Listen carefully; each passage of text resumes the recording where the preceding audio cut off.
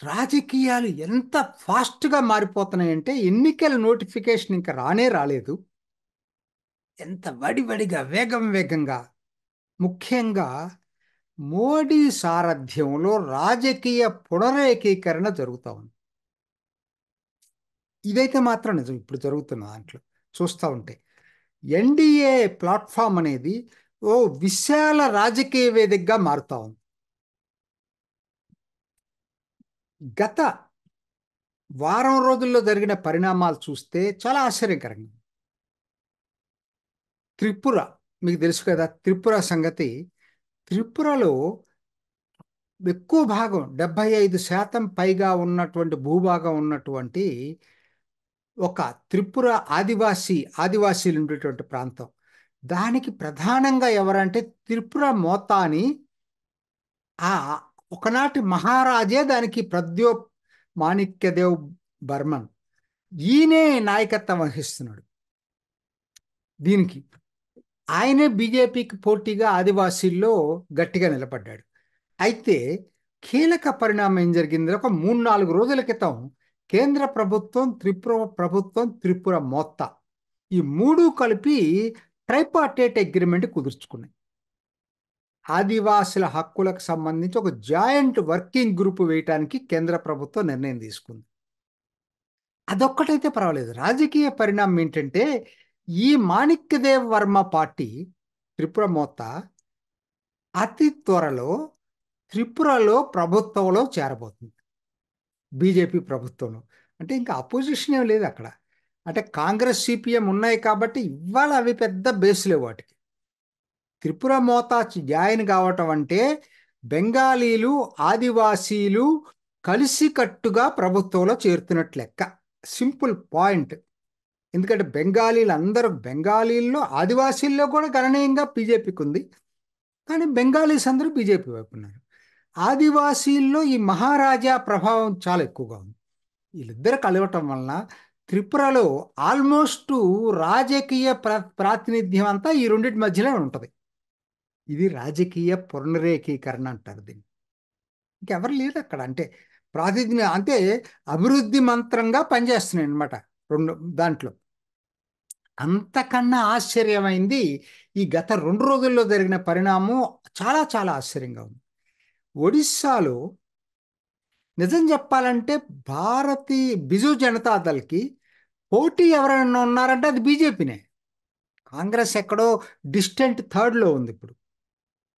అయినా వీళ్ళు టాక్టికల్గా మరి సపరేట్గా పోటీ చేసి ఉండాల్సింది. ఎందుకనో మరి కలిసి పోటీ చేయాలని చెప్పి నిర్ణయం తీసుకున్నట్టుగా తెలిసింది. ఢిల్లీలో బీజేపీ దానికి సంబంధించిన ఒరిస్సా బీజేపీ వాళ్ళు అక్కడ కలిశారు. నిన్న భువనేశ్వర్లో బిజు జనతా వాళ్ళు సమావేశం ప్రత్యేకంగా వేసుకున్నారు. అల్టిమేట్గా అందరూ చెప్పటం ఏంటంటే ఆల్మోస్ట్ ఫైనలైజ్ అయిపోయింది డీల్ అనేది. ఎక్కువ పార్లమెంటు స్థానాలు బీజేపీకి ఇచ్చేటట్టు, ఎక్కువ అసెంబ్లీ స్థానాలు బీజేడీకి ఇచ్చేటట్టుగా జరుగుతుంది. దీంతో ఏమైపోతుంది, ఆల్మోస్ట్ మీకు 80-85% ఓటింగ్ పర్సంటేజ్ ఉంటుందండి దీంట్లో. ఈ క్యాండిడేట్స్ గెలుస్తారు. ఇంకా గెలవింది ఎక్కడో నాకు తెలియదు, వీళ్ళందరూ గెలుస్తారు. త్రిపుర ఏంటో ఇది కూడా అంతే. ఇదొక రెండో పరిణామం. ఇది ఈ గత వారంలో జరుగుతున్న పరిణామాలు చాలా ఆశ్చర్యంగా ఉంటున్నాయి. ఇంకో పరిణామం, ఎందుకంటే ఇప్పుడు దాని గురించి మళ్ళీ వస్తాను. ఇంకో పరిణామం మూడోది కూడా చెప్పి నేను వస్తాను. మూడోది ఆంధ్రప్రదేశ్లో జరుగుతున్నటువంటి పరిణామాలను బట్టి చూసేటట్టయితే చంద్రబాబు నాయుడు తిరిగి ఎన్డీఏ గూటికి చేరేటట్టుగా కనపడతా ఉంది. నవీన్ పట్నాయక్ కూడా ఒరిజినల్గా ఎన్డీఏలో ఉండేవాడు వాజ్పేయి టైంలో. అంటే ఆయన 15 సంవత్సరాల క్రితం జనతా బీజేడీ కలిసే ఉండేవి. సో కాబట్టి ఇవాళ ఆయన చేరాడు. చంద్రబాబు నాయుడు మరి 2018 దాకా ఉన్నాడు. ఈ 6 సంవత్సరాలే లేడు. తిరిగి ఆయన ఎన్డీఏ కూటికి వస్తున్నట్టుగా తెలుస్తూ ఉంది. 1-2 రోజుల్లో అది కూడా ఫైనలైజ్ అయిపోతా ఉంది. అసలు ఎవరు మిగులుతున్నారో నాకైతే అర్థం కావట్లేదు. ఎందుకంటే చాలా తక్కువ పార్టీలు. ఇప్పటికే మీకు కర్ణాటకలో Janata Dal yes Deve Gowda X prime minister, వాళ్ళ పార్టీ ఇప్పటికే అలయన్స్లోకి వచ్చేసింది. నితీష్ కుమార్ అసలు ఇండీ కూటమి అనేది మొదలుపెట్టిన వ్యక్తి ఎవరైనా ఉంటే అది నితీష్ కుమార్. పాట్నా సభతోనే జూన్లో మొదలైంది. మరి అదే నితీష్ కుమార్ తిరిగి ఎన్డీఏకి వచ్చాడు. అట్లానే ఉత్తరప్రదేశ్లో ఎలియన్స్ అనౌన్స్ చేసుకున్నటువంటి ఆర్ఎల్డి సమాజ్వాదీ పార్టీతోటి, ఆ ఆర్ఎల్డి తిరిగి ఎన్డీఏ గూటుకొచ్చింది. రాష్ట్రీయ లోక్దళ్ 2 పార్లమెంటు స్థానాలు ఉత్తరప్రదేశ్లో పోటీ చేయబోతుంది. సరే, చిరాగ్ పాస్వాన్ సపరేట్గా పోటీ చేసినటువంటి వ్యక్తి పోయినసారి బీహార్లో తిరిగి మళ్ళా ఎన్డీఏ గూటుకు వచ్చాడు. సో కాబట్టి ఎక్కడండి అసలు ఈ రాజకీయ పునరేకీకరణ కాక ఏంటి అసలు ఇది ఎందుకు అన్నాల్సి వస్తుందంటే, కొంతమంది అనుకోవచ్చు ఇదేదో ఈడీలు అవతల వాళ్ళు చెప్తూ ఉంటారు. నవీన్ పట్నాయక్ ఏ ఈడీ భయం ఉందండి? నాకు ఒక్కటి చెప్పండి. ఆయనకి ఏ ఈడీ భయం ఉందో? ఆయన అంత క్లీన్ హానెస్ట్ పాలిటీషియన్ కోరలేరు. మరి ఆయన ఎందుకు జాయిన్ అవుతున్నాడు? అదే గనక అయితే త్రిపుర మహారాజు ఆయన మీద అవినీతి ఆరోపణలు ఎక్కడ లేవు అతని మీద, ఆయన ఎందుకు జాయిన్ అవుతున్నాడు? చంద్రబాబు నాయుడు ఓకే, అది నేను అనుకోవటం ఏంటంటే మోర్ దాన్ కేసెస్. తన ఉద్దేశం ఏంటంటే మోడీ ఫ్యాక్టర్ ఆంధ్రాలో జగన్ ఎదుర్కోవాలంటే అందరూ కలిసి పనిచేయాలనేది ముఖ్యంగా పవన్ కళ్యాణ్ తీసుకున్న స్లోగన్ ఇది. లోపల లోపల చంద్రబాబు నాయుడుకు కూడా ఉంది. ఇప్పుడు ఈ మోడీ ఫ్యాక్టర్, ఇప్పుడున్న ఈ సానుకూల వాతావరణం మోడీకి ఉన్నటువంటి ఫ్యాక్టర్ లేకపోతే జగన్ను ఓడించడం కష్టం అనేటువంటి భావన చంద్రబాబు నాయుడుకు కూడా వచ్చింది. అందుక ఆయన కూడా వచ్చాడు. అంతేకాని ఉండొచ్చు, నేను ఈడీకి సంబంధించిన ఎవరన్నా వ్యక్తులు వస్తే నేను కాదంటలేదు, కానీ పార్టీలుగా అందువలన వచ్చారనేది కాదు. పార్టీలు వాళ్ళకి లాభం ఉంది కాబట్టి వస్తున్నారు.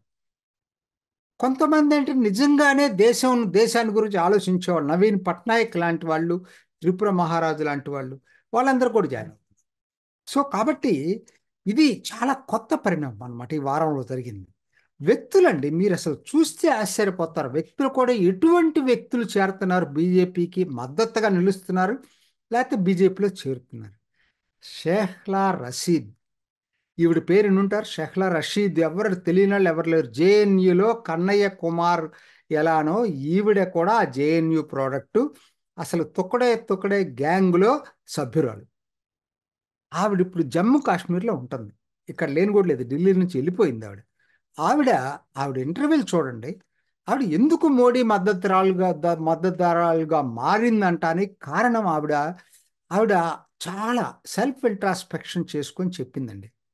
ఆవిడ ఏంటంటే, అందరూ చెప్పింది నేను నమ్మాను, కానీ ఇప్పుడు నేను కాశ్మీర్కి వచ్చిన తర్వాత నేను గత 2-3 సంవత్సరాల నుంచి చూస్తున్నాను, ఎక్కడ వివక్ష లేదండి. ముస్లిమ్స్ అని చెప్పి భేదభావంతో చూసినటువంటి ఒక్క సంఘటన కూడా లేదు. బెనిఫిట్స్ ఎక్కువగా వస్తుందే ముస్లిమ్స్కి. సో అది ఆవిడ షేలా రషీద్ ఆ విధంగా చెప్తా ఉంది అక్కడ. అట్లనే మీరు ఇంకొక క్యాండిడేట్ తపస్ రాయ్, నిన్న ఇంటర్వ్యూలో నేను వీడియో చేశాను. తపస్ రాయ్ తృణమూల్ పెట్టినప్పటి నుంచి ఉన్నాడు దాని మీద. ఆయన మీద చాలా మంచి అభిప్రాయం ఉంది చాలా మందికి.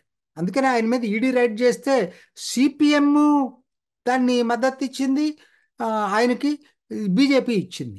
అంటే అటువంటి వ్యక్తులు కూడా ఇవాళ బీజేపీ ఇవాళ చేరారు. తెలుసు కదా, నిన్న తపస్రాయి రిజైన్ చేయటం అని వీడియోలో చెప్పుకున్నాం. ఇప్పుడు ఆయన బీజేపీలో చేరాడు, పోటీ కూడా చేయొచ్చు రేపు లోక్సభకి. ఆయన ఎమ్మెల్యేకి రాజీనామా చేసి వచ్చాడు. బీజేపీకి అదో పాలసీ ఉంది కాబట్టి ఎమ్మెల్యేకి రాజీనామా చేసి వచ్చాడు ఆయన. ఇంకొక ఆశ్చర్యకరమైనటువంటి వ్యక్తి అర్జున్ మోధ్వాడియా, గుజరాత్.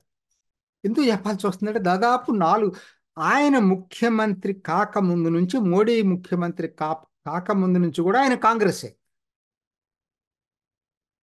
పోర్బందర్ ఈయన ఎమ్మెల్యే మొన్నటి దాకా.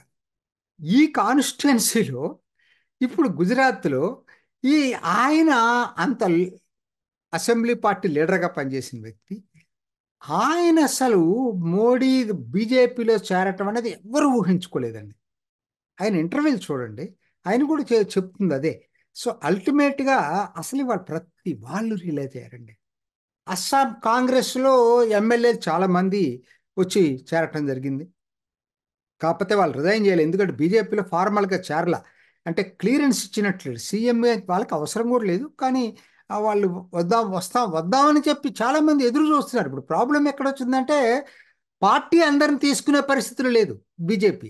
ఉదాహరణ కమల్నాథ్ చూసుకోండి. అసలు ఎవరైనా ఊహిస్తారా? మధ్యప్రదేశ్ కమల్నాథ్ బీజేపీలో చేరటానికి చాలా పెద్ద ప్రయత్నం చేశాడు కమల్నాథ్. జరిగింది ఏమైందంటే, కాకపోతే బీజేపీలో ఒక సెక్షన్ స్ట్రాంగ్గా వ్యతిరేకించిందండి, ముఖ్యంగా సిక్కులు వ్యతిరేకించారు. ఎందుకంటే అప్పుడు 1984 సిక్కు అల్లర్లలో ఈయన పాత్ర ఉంది కాబట్టే సిక్కులు దీన్ని జీర్ణించుకోలేరు కమల్నాథ్ రావటం. అందుకని ఆయన్ని ఆయన వద్దామన్నా బీజేపీ తీసుకోవాల, అందుకని తిరిగి మళ్ళీ వెనక్కి వెళ్ళిపోయాడు ఆయన. ఎక్కడండి మీకు అసలు ఇవన్నీతో సంబంధం లేదు. తమిళనాడు చూడండి, తమిళనాడులో బీజేపీకి పెద్ద పెద్ద పార్టీలు రాపోవచ్చు. నిన్నటికి నిన్న పుదుకొట్టాయి రాయల్ ఫ్యామిలీ మొత్తం జాయిన్ అయిందండి. ఆవిడ రాధా, ఆవిడ పేరు ఏదో ఉంది, ఆవిడ ఎథ్లెట్ ఏదో ఉంది, మంచి క్రీడాకారిణి, షూటర్ అనుకుంటా. ఆవిడ జాయిన్ అయింది. ఆ అమ్మాయి వాళ్ళ తల్లితో సహా అందరూ, వాళ్ళ రాయల్ ఫ్యామిలీ మొత్తం పుదుకొట్టాయి. వాళ్ళకి మంచి పేరుంది, ఎందుకంటే వాళ్ళ మదరు తిరుచి కార్పొరేషన్ మేయర్గా కూడా చేసింది ఆవిడ. అట్లనే శరత్ కుమార్, రాధికా శరత్ కుమార్, వాళ్ళు నిన్నే ప్రకటన చేశారు, మేము ఎన్డీఏలో చేరుతున్నామని చెప్పి ప్రకటన చేశాడు. సో అసలు అంటే అవకాశం ఉంటే ప్రతి వాళ్ళు చేరతారు. అంటే కొన్ని ప్రాబ్లమ్స్ వస్తాయి. ఇప్పుడు డిఎండికే ఉంది, కెప్టెన్ విజయకాంత్ పార్టీ అన్నాడీఎంకే తోటి సంప్రదింపులు జరుగుతుంది. ఎందుకని? ఆవిడ ముందే ప్రకటించింది, నాకు ఎవరు రాజ్యసభ ఇస్తే దాంట్లో చేరతాను. బీజేపీ రాజ్యసభ ఇవ్వటానికి సిద్ధంగా ఉన్నట్లేదు, అందుకని వాళ్ళు దూరంగా పెట్టారు. అట్లనే ఆల్ ఇండియా ఫార్వర్డ్ బ్లాక్ వాళ్ళకేం లేదు. ఫార్వర్డ్ బ్లాక్లో ఇప్పటికే చీలికొచ్చి సౌత్ బేస్డ్ ఫార్వర్డ్ బ్లాక్ అని, సదరన్ ఫార్వర్డ్ బ్లాక్ అని ఒకటి పెట్టారు, అది అన్నామలైతో ఉంది. ఈ ఆల్ ఇండియా ఫార్వర్డ్ బ్లాక్కి పెద్దగా ఏం లేదు, వాళ్ళు అన్నాడీఎంకేలో ఉన్నట్టుగా వాళ్ళు చెప్పుకోవడం జరుగుతూ ఉంది. సో కాబట్టి పరిస్థితి ఏంటంటే, ఇంత సానుకూల వాతావరణం నేను ఎప్పుడు చూడలేదు, అసలు ఏ పార్టీకి చూడలేదు. అంటే గేట్లు బాగా తెలిస్తే అందరూ వచ్చేటట్టున్నారు, బీజేపీని ఆపాల్సిన పరిస్థితి వస్తూ ఉంది. ఇది పరిస్థితి. మో ఏంటంటే అల్టిమేట్గా చెప్పాలంటే, మోడీ అభివృద్ధి మంత్రం, రాజకీయ తంత్రం, ఈ రెండూ కలిసి అసలు రాజకీయ పునరేకీకరణ ఎప్పుడూ లేని పద్ధతిలో ఇవాళ దేశంలో జరుగుతూ ఉంది. ఇది 2024 లోక్సభ ఎన్నికల ప్రత్యేకం. ఇంకా ఎన్ని మార్పులు వస్తాయో చూద్దాం. చూసారు కదండి, మరి ఈ వీడియో కనుక మీకు నచ్చినట్లయితే ఒక లైక్ కొట్టేసి మీ అభిప్రాయాన్ని కూడా కామెంట్ బాక్స్లో తెలియజేస్తూ ఇలాంటి ఇంట్రెస్టింగ్ అప్డేట్స్ కోసం మా ఛానల్ని సబ్స్క్రైబ్ చేసుకోండి.